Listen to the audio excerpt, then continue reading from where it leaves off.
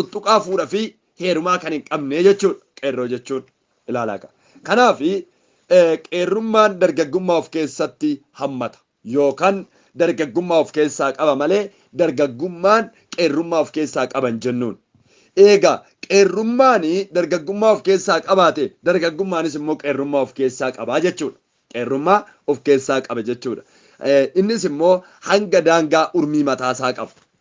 Qeerrummaan daangaa urmiin qabu na dhaggeeffadhaa. Qeerrummaan daangaa urmiin qabu. Dargaggummaan garuu daangaa urmii isaa qaba.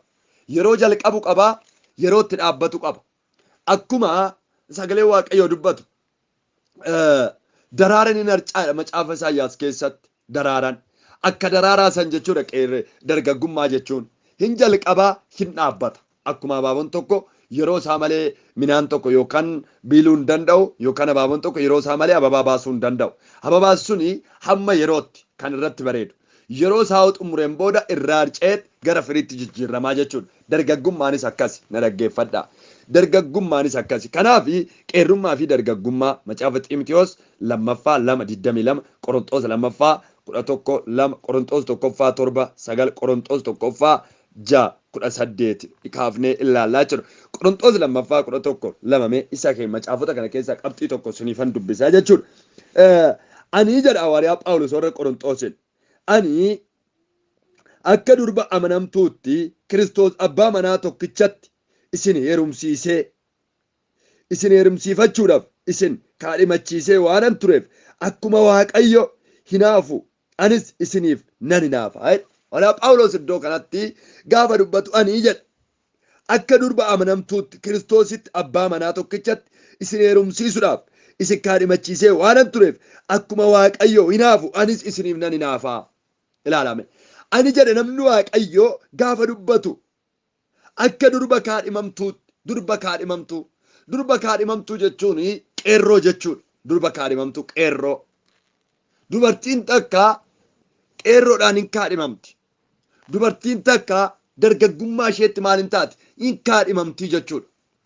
Dubartiin gaafa kaadhimamtu qeerrummaa fi dargaggummaa ofirraa qabdi. Jaartiidhaan kaadhima jechuun hin dandeenye. Namni urmiin irraa deeme kaadhimatti seenuu hin danda'u jechuudha. Yookaan gaa'ila hin argatu. Gaa'illis sadarkaa isaa qaba. Sadarkaa urmii isaa qaba. Na dhaggeeffadhaa sirriitti. Kanaaf Phaawulos ani jedha namni Waaqayyoo gaafa dubbatu akka durba kaadhimamtuutti Kiristoositti isin kaadhimachiisuudhaaf yookaan akka abbaa manaa tokkichaatti isin heerumsiifachuudhaaf isin kaadhimachiisee waanan tureefi jedha namni Waaqayyo akkuma Waaqayyoo hinaafu anis nan hinaafa. Kana jechuun warra Qorontoosin kan Kiristoos isin taasisuun barbaada. Kiristoos duwwaadhaaf akka jiraattan hin barbaada malee kan biraatiif akka jiraattan hin barbaadu jedha. Yaa ta'u malee kallattiin iddoo kanaa waa'ee kaadhimachiisuu fi waa'ee abbaa manaa tokkicha jedhu kana fudhachuu barbaadetan iddoo kanatti sagalee Waaqayyootiin isin fide jechuudha. Qeerrummaa fi dargaggummaan garagara. Qeerrummaa fi dargaggummaan gargar sinin jedhedha. Qeerrummaan osoo hin fuudhinii fi hin heeruminiin dura jireenya tuttuqaa malee jiraatamudha. Qeerrummaa jechuun osoo hin fuudhin osoo hin heerumin jireenya tuttuqaa malee jiraatamudha. Dubartiin tokko osoo dhiira walitti dhiyaatin durbummaa ishee osoo duraan hin fudhatamin durbummaan ishee qulqullummaa ishee eedde hanga guyyaa dhalatte hanga guyyaa Waaqayyo lafa kanarra jiraachisuutti hin heerumu jennaan yoo dulloomtee waggaa 80 illee taate qeerrodha. Qeerrummaa irraa fudhatamuun hin danda'amu. Maaliif jennaan qeerrummaa jechuun waan biraa jechuu osoo hin taane osoo hin fuudhiniif osoo hin heerumin dura jireenya tuttuqaa malee jiraatamudha. Osoo hin heerumne akkasumatti hafti taanan osoo hin heerumne akkasumatti hafa taanan tuttuqaa tokko malee isheen qeerrodha. Qeerrodha malee dargaggoon jedhamtu jechuudha. Maaliif jennaani qeerrummaan dhaluu fi dhalchuu irraa gargar. Namni tokko dhalee dubartiin takka deessee namni tokko dhalchee dhiirri tokko ani qeerrodha jechuu hin danda'u. Jechi qeerroo jedhu kuni gaafuma inni fuudhuuf isheen heerumtu obboo fi addatti dafee of jijjiira. Kana jechuun tuttuqaa jalqabneerra jechuudha. Qeerrummaan keenya tuttuqameera. tuttuqameera. Kanaafi namni ashaaraa namaa tokko hin tuqinaadhaan ashaaraa biraati irratti mul'ata. Akkas jechuudha. Ashaaraan hin tuttuqamu. Tuttuqaan jaalatu ashaaraan. Kanaaf qeerrummaan tuttuqaan jaalatu. Gaafa tuttuqaan dhufe maaltu dhufa? Waan biraatu dhufa. Wanti biraa gaafa dhufe immoo maqaa jijjiira. Aadde fi obbootti jechuudha. Warri qeerrummaa irraa aadde fi obbootti jijjiirrachuu barbaadan Waaqayyo balbala gaalaa keessanii haa banu. Ameen jedhaa fudhadhaa. Heerumuu warri barbaadan jechuudha. Fuudhuu warri barbaadan qeerroodhaa kan jirtan. Waaqayyo gaa'ela naa kenni jechaa kan jirtan. Mucaa bareedaa abbaa manaa naa kenni jechaa kan jirtan. Mucayyoo bareedduu haadha manaa qabadhee yoon gabba'u yoon itti haasa'u narraa bareeddu naa kenni jettanii kadhachaa kan jirtan jirtu. Sagaleen sinii qaba siniif. Maqaa gooftaa Iyyasuus Kiristoositiin balbala gaa'elaa miidhagaa Waaqayyotti gammaduun isiniif kenneera. Iyyasuus ilmi Waaqayyo jiraatadha. Isa kanaadha. Dargaggummaa. Egaa qeerrummaan akkana ta'e. Dargaggummaa. Dargaggummaan dabaluu urmii guddina foonii fi hawwii garaagaraa yeroo dhagaamuudha. Na dhaggeeffadha. Dargaggummaa jechuun dabaluu urmii guddina foonii hawwii garaagaraa yeroo dhagaamuudha. Dargaggummaan dhiiraaf furdachuu sagalee, dargaggummaan dhiiraaf sodaa dhabuu, ajaja abbaa fi haadhaa diduu, humna dabaluu, ri'aa baasuu, deemsa jijjiiruu fi of tuuluu, uffata filachuu. Inni kun dargaggummaa dhiiraa keessatti kan hammatamudha. Mucaan tokko dargaggummaatti seena kan jennu akka urmii dhiiratti waggaa 16 ol keessattuu waggaa 18 yoo guutu dargaggeessa jedhama. Mirga abbaa fi haadhaa jalaa baheera jedhama. Waggaa meeqaa? Waggaa 18 yoo guutu. Dhiiraaf dargaggummaan waggaa 16 yaa ta'u malee waggaa 18 irraa guutumatti jalqaba dhiiraaf. Waggaa meeqarraa? Waggaa 18 qabee hanga waggaa guutummaatti 35 gidduu kan jiru dargaggummaadhaan jiraata. Waggaa 18 hanga waggaa 35 waggaa meeqa? Waggaa 17 irra tura jechuudha. Maaliin dargaggummaan? Dargaggummaan nama tokkorra dhiirarra waggaa meeqa tura? Waggaa 17 tura. Waggaa 18 hanga waggaa 35 dargaggeessa jennaan. Namni tokko yookaan mucaan tokko na dhaggeeffadhaa sirriitti duubattan deebi'a. Gaafa dhalaturraa jalqabee hanga dhaqee raawwatee daandeedhaan yookaan miilan tarkaanfachuu jalqabutti daa'ima jedhama. Daa'ima. Harka haadhati irratti kan baattamu jechuudha. Harka namaati irratti kan baattamu daa'imaa jedhama. Gaafa miilan deemuu jalqabe haadhaaf abbaarraa bu'ee jalqabee hanga gaafa waggaa 16 yookaan 18 guututti ilma dhiiraa yoo ta'e ijoollee jedhama. Ijoollee. Daa'imarraa gara ijoolleetti darbaa jechuudha. Na dhaggeeffadhaa sirriitti. Mucaan tokko dhalatee gaafa dhalaterraa jalqabee hanga of danda'ee deemutti daa'ima jedhama. Daa'ima jechuun kan baattamu jechuudha. Kan of hin dandeenye. Gaafa waa fuudhee nyaachuu jalqabe, gaafa dubbachuu jalqabe, nama waa gargaaruu jalqabe ijoollee jedhama. Ijoolleen sadarkaa urmii waggaa meeqa? Waggaa 6 kaasee hanga waggaa 18 yookaan 16 kan itti fufuudha dhiiraaf. Ijoollee jedhama. Amma waa meeqa laalleerraa? Daa'ima laalleerra. Ijoollee laallee jira. Akkasuma dargaggummaan immoo waggaa meeqa itti fufa jenneerra? Kan ijoollee ilaala. Waggaa 6 kaasee hanga waggaa 18 gidduutti waggaa 12tu jira. Waggaa 12 dhiiraaf. Waggaa 12f ijoollee jedhama. Waggaa 6f immoo daa'ima jedhama. Waggaa 17 irra tura dargaggummaan. Waggaa 18 hanga 35 maal jenneerra? Dargaggummaadha jenneerra. Dargaggummaadha.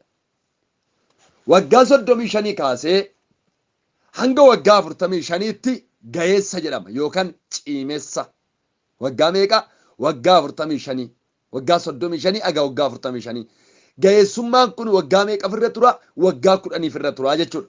Waggaa 10 irra tura sirriitti na dhaggeeffadhaa. Waggaa 10 irra tura. Waggaa 45 kaasee hanga waggaa 70tti hanga waggaa 70tti buulessa jedhama. Buulessa jechuun nama yaaduu danda'u, nama araarsuu danda'u jechuudha. Buulessa jedhama. Buulessa. Waggaa 70 hanga 80 jidduutti kan jiru akkuma sagalee Waaqayyoo dubbatu dullummaa jedhama. Dullummaa yookaan dullacha jechuudha. Yeroo humnatti dhabu, yeroo taa'ee ka'uun gaafii itti ta'u, yeroo karaa deemuun gaafii itti ta'u. Maal jedhama? Dullummaa jedhama. Dullummaa jedhama. Sinii galee mitire? Waggaa tokko kaasee haga waggaa 6 kan jiru daa'ima jedhama. Waggaa 6 kaasee haga waggaa 18 dhiiraaf kan jiru ijoollee jedhama. Waggaa 18 kaasee haga waggaa 35 kan jiru dargaggummaa jedhama. Waggaa 35 kaasee haga waggaa 45 kan jiru ciimessa yookaan gaheessa jedhama. Waggaa 45 irraa kaasee hanga waggaa 70tti kan jiru immoo buulessa jedhama. Buulessa nama yaaduu danda'u jechuudha. Nama araarsuu danda'u. Nama buulessa. Nama jabaa, nama kabajamaa jechuudha. Waggaa 70 hanga 80 sanii olitti kan jiru dullummaa jedhama. Dullummaa yookaan dulloomeera, dullacha jechuudha. Dulloomeera. Wanti isaa guutuun maal ta'eera? Seelonni guutuun hojii dhaabanii jiru jechuudha. Dhiifama wajjin. Hojii dhaabutti deemanii yeroo waggaa 70 olitti jechuudha. Karaa hundumaanuu. Dhalchuu irrattis ta'ee akkasuma deebi'ee raawwatee qotuu irrattis ta'ee nagaduu irrattis ta'ee hojii biiroos ta'ee namni tokko waggaa 70 guutu hojii biiroo keessaa maal ta'a kallattumaanii hin baa jechuudha. Xooritaa jedhasan hin baasu. Kanaafuu sadarkaan dhiiraa kana fakkaata. Sadarkaan dhiiraa kana fakkaata dargaggummaa keessatti. Dargaggummaa waggaa 18-35 gidduutti dhaabbata. Hin dhaabbataa jechuudha. Kallattumaan hin dhaabbatu. Qeerrummaan garuu hin dhaabbatu. Gaafa dhalaterraa jalqabe hanga gaafa du'uutti hin fuune taanan, hin heerumne taanan qeerruma jedhama. Dulloomallee yoo ta'e qeerroodha jedhama. Gaheessas yoo ta'e qeerroodha jedhama. Buulessas yoo ta'e qeerroodha jedhama. Ijoollees yoo ta'e qeerruma jedhama. Maaliifii qeerroo jechuun kan tuttuqaa tokko hin qabne jechuudha. Kallattumaan dhiiraaf isa kana fakkaataa. Dubartiidhaaf. Dubartiidhaaf guddina qaama fi lafee babal'achuudha dargaggummaa. Dubartiin takka dargaggummaan kan dubartootatis urmiina dhaggeeffadhaa dursa. Kan dubartootatis urmii ishee. Waggaa tokko kaasee gaafa dhalatturraa jechuudha. Kaasee hanga waggaa 6 miilan of dandeechee fi hidduutti daa'ima jedhamti. Daa'ima. Waggaa 6 ol fedha ishee waan dubbatachuu jalqabdu bakkuma barbaade lukaaf fiiguu waan dandeessuuf haatiif abbaan isoo ajajata waan ol fuutuuf ijoollee jedhamti. Hanga waggaa meeqaa ijoollee jedhamti dubartootaaf hanga waggaa 12. Waggaa 6 hanga waggaa 12 ijoollee jedhamti. Waggaa 12 olii dargaggeettii jedhamti. Yeroo xurii laguutti argituudha. Xurii laguu yerootti argituudha. Xurii laguu arguu jechuun kallattiidhaanii killeen qophaa'ee jira jechuudha. Kana jechuun da'uu hin dandeessi. Heerumuutti fedhe heerumuu keessa seenti. Shamarran takka waggaa 12 ol fedhe heerumuu itti dhagaamaa deema. Yookaan fedha hiri'aa baafachuutu itti dhaga'ama. Waggaa meeqanneerraa waggaa 12 kaastee hanga waggaa meeqaa hanga waggaa 30 irra tura. Hanga waggaa 30 irra tura jechuudha. Dargaggummaa shamarranii waggaa 12 hanga waggaa meeqati waggaa 30. Keessattuu waggaa 14 irraa jalqaba. Kan shamarraatis 12 jedhamu malee waggaa 14 irraa. Waggaa 14 irraa jalqabee hanga waggaa 30tti dargaggeettii jedhamti. Dargaggeettii. Waggaa 14 irraa kaastee kallattiidhaan guddina qaama fi lafeen ishii babal'achuutti dhufa. Guddina qaama fi lafeen ishiin babal'ataa. Akkasuma uffata garagaraa filachuu jalqabdi. Akka duriititti duraan dibbiqqoo haadhatiin gabaa yoo baatu, dibbiqqoo haadhatiin bishaan yoo buutellee amma hin sarmitu. Sarmuun qaana'uu jalqabdi. Qaaniti itti baay'ata. Shamarran gaafa waggaa 14 ol darbite hin qaanofti qaana'uu jalqabdi. Waan hundumaa qaaniti itti baay'ata jechuudha. Akkasuma dhiira wajjin taphachuu barbaaddi. Dhiira wajjiniin wal qirqirsuu, kolfuu, qirqirsuu akkasuma wantoota akkasii hin barbaaddi jechuudha. Akkasuma akkuma isin jedhu xurii laguu hin argiti.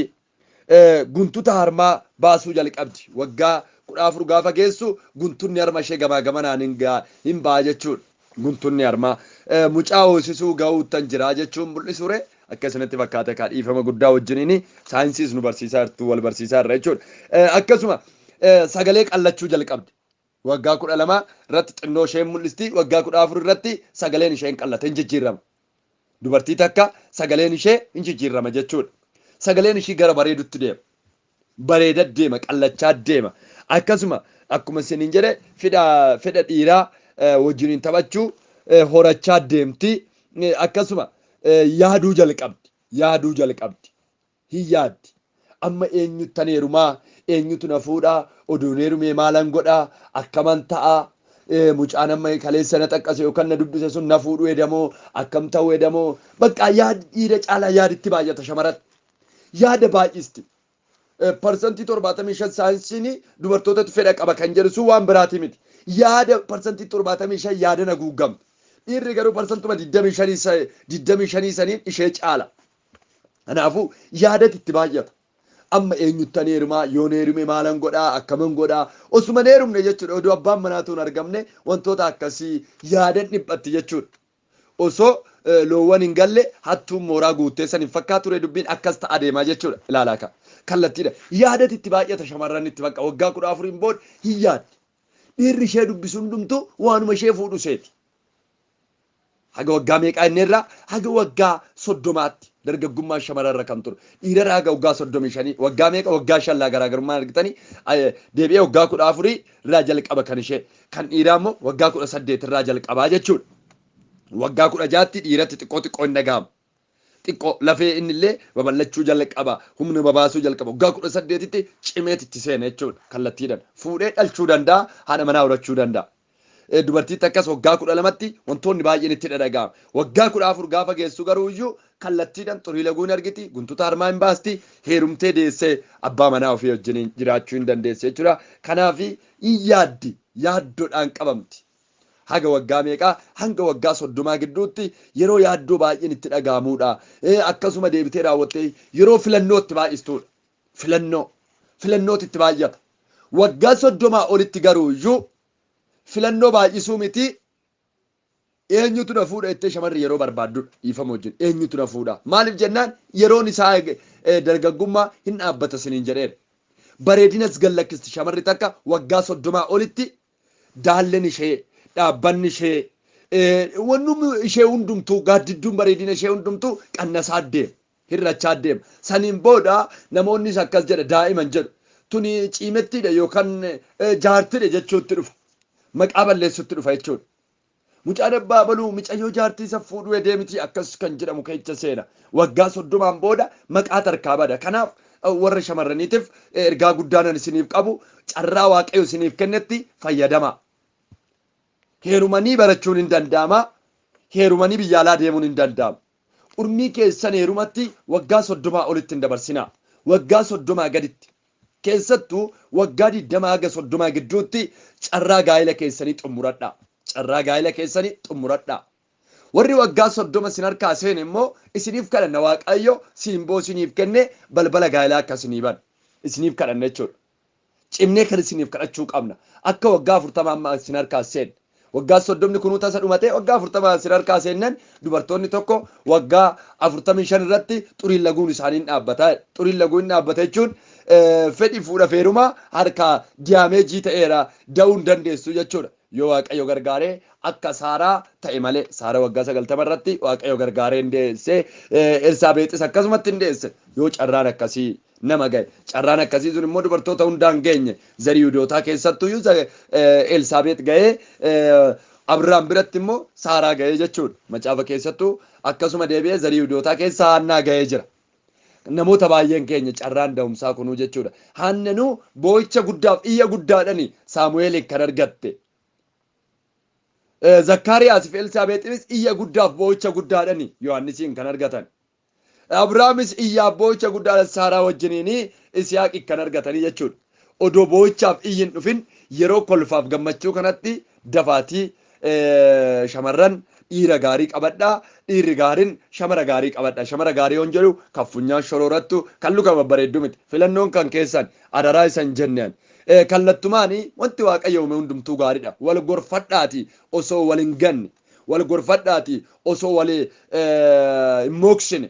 Yookaan wal hin dogongorsiifne. Qarshii walirraa nyaachuudhaaf qabeenya walii ilaaltanii osoo hin taane jaalala Kiristoosin karaa Kiristoos jaalatuun gaa'ela keessan itti seenaa yookaan gaa'ela keessan raawwadhaa isiniin jedha. Keessattuu dubartoonni waggaa 20 soddoma gidduutti oduu gaa'ela isaanii keessattuu iyyuu immoo waggaa 14 irraa jalqabee hanga waggaa 30 gidduutti gaa'ela adeemsifame baay'ee mucayyoon tokko waggaa 16 waggaa 18 gaa'ela yoo adeemsifatte maqaan isheen tola.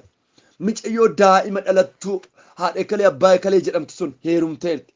Abee mogosii ishee jechuun abee simboo ishee akkatti bareeddu argitanii jedhu. Urmiin nama bareecha argitanii urmiin gaa'ela namaallee hin bareecha. Urmiin gaa'ela namaallee hin tuffachiisa. Dubartii tokko waggaa 30 olitti gaafa gaa'ela gaggeeffattu jaartumaa iyyuu gaggeeffatte malee of qaqqabde malee of kuulte of bareechite malee jaartii dhaajuu jedhama. Kanaafuu jaartii dhaajuu jedhama. Kanaaf urmii keessan ofirraa noofina. Qabeenya barbaaduudhaaf jettanii araba kana keessatti urmii keessan baay'ee ofirraa noofina. Gaa'ela keessan gaa'ela keessa seenaa. Gaa'elli milkaa'ina gaa'elli eebba waan ta'eef eebba keessaa simboo keessaa tokko gaa'ela. Gaa'elli kabajaadha. Gaa'elli gaaddisa waaqayyoo Addaamii fi Hewaan jidduutti uumedha. Kanaaf qarshii barbaaduudhaaf jettanii mana ijaaruudhaaf jettanii kallattumaan urmii keessa waggaa 30 olitti fageechitanii gaafa arabaa galtan kallattiidhaan abbaan manaa dhabamuu danda'a. Manni argamee abbaan manaa dhabame immoo booda eenyutu itti gala rakkisaadha jechuudha. Kanaafuyyuu manni dhabamee abbaan manaa yaa argamu saniin booda mana waliin ijaartu. Qabeenyi dhabamee abbaan manaa yaa argamu waliin hojjettanii fidduu jechuudha. Guutummaatti gaa'elli waliin hojjetanii kan fidanidha. Kophaa kan fidanii miti. Waliin hojjetanii kan jijjiiramanidha. Kanaafuu dubartoonni tokko waggaa 30 irratti dargaggummaan isheen dhaabbata.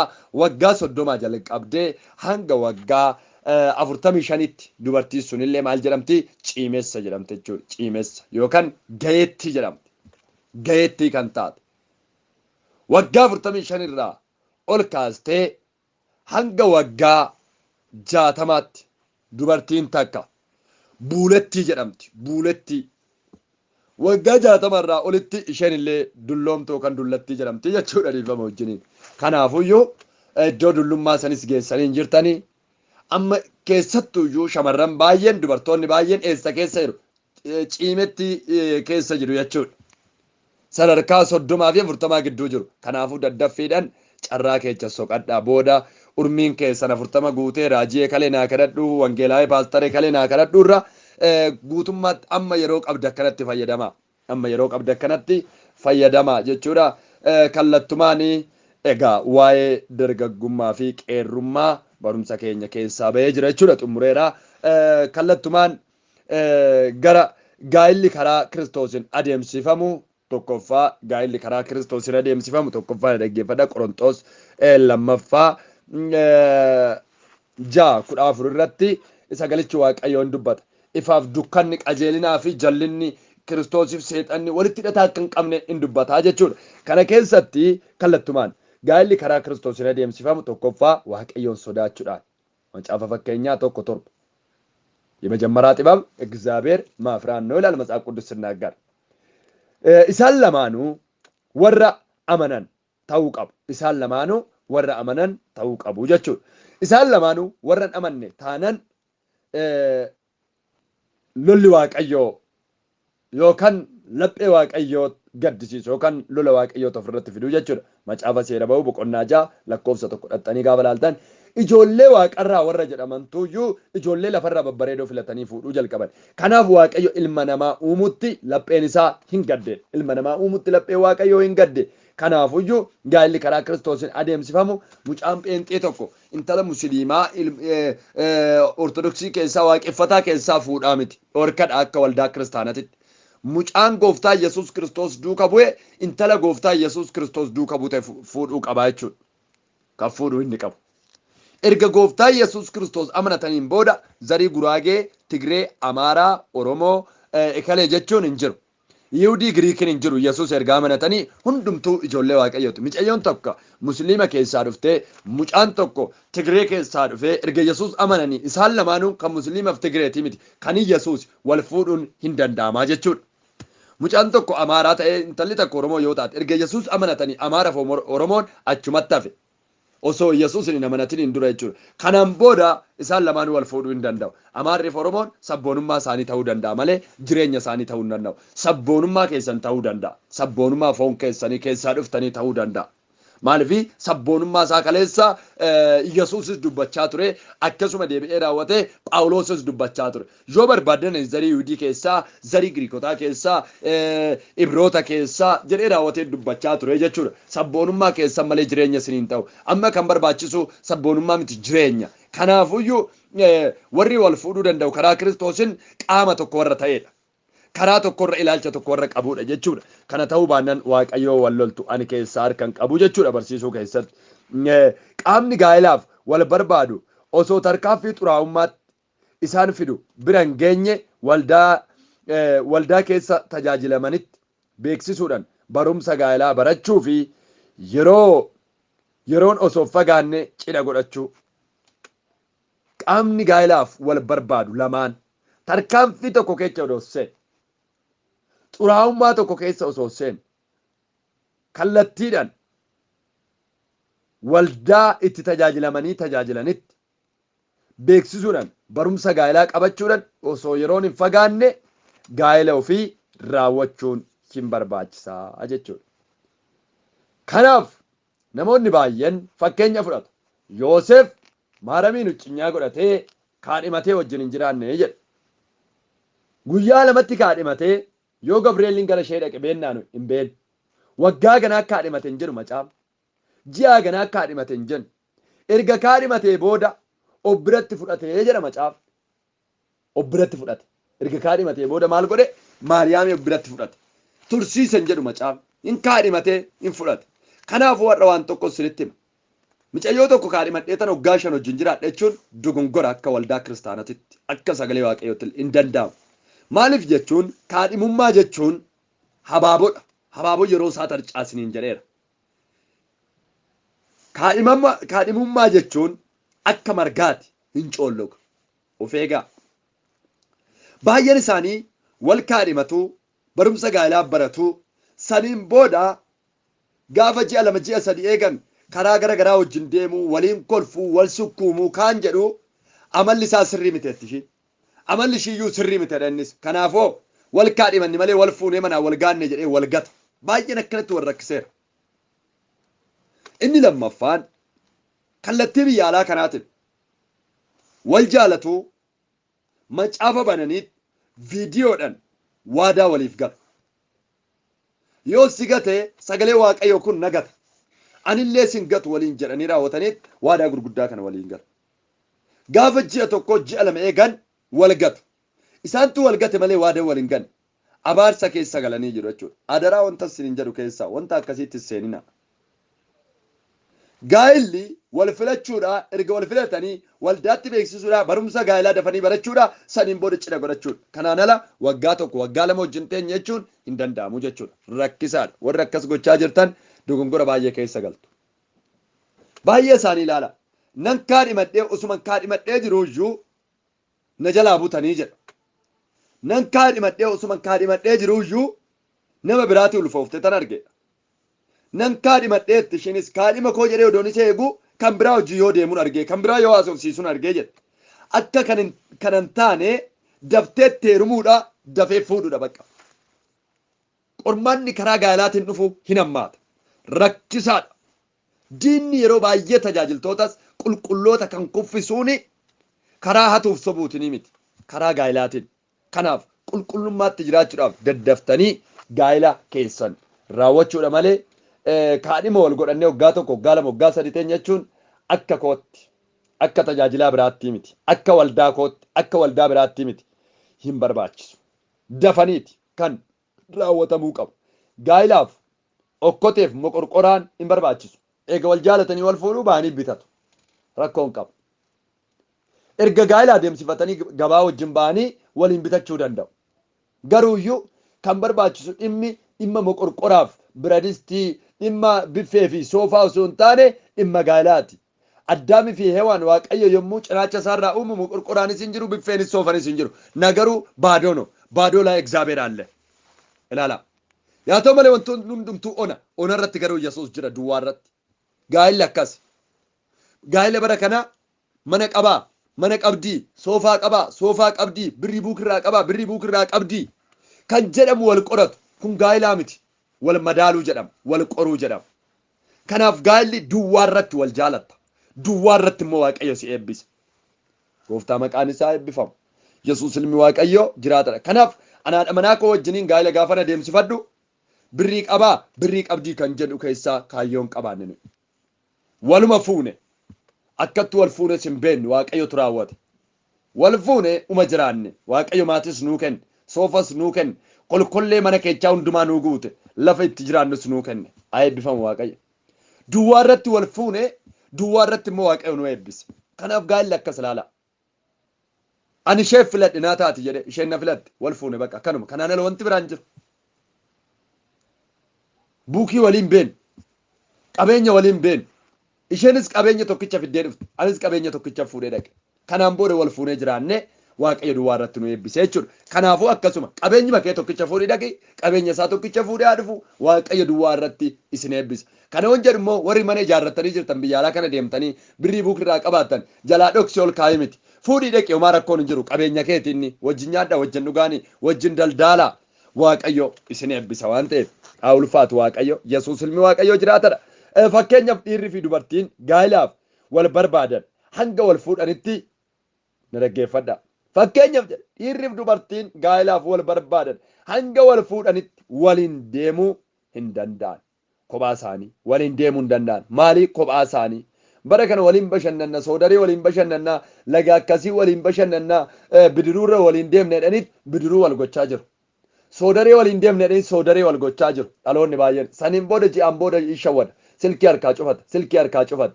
Kanaafiyyuu kun gaa'ilaa miti ejjummaadha malee. Kuni kaadhimummaa miti ejjummaadha malee si haa oolchu Waaqayyo.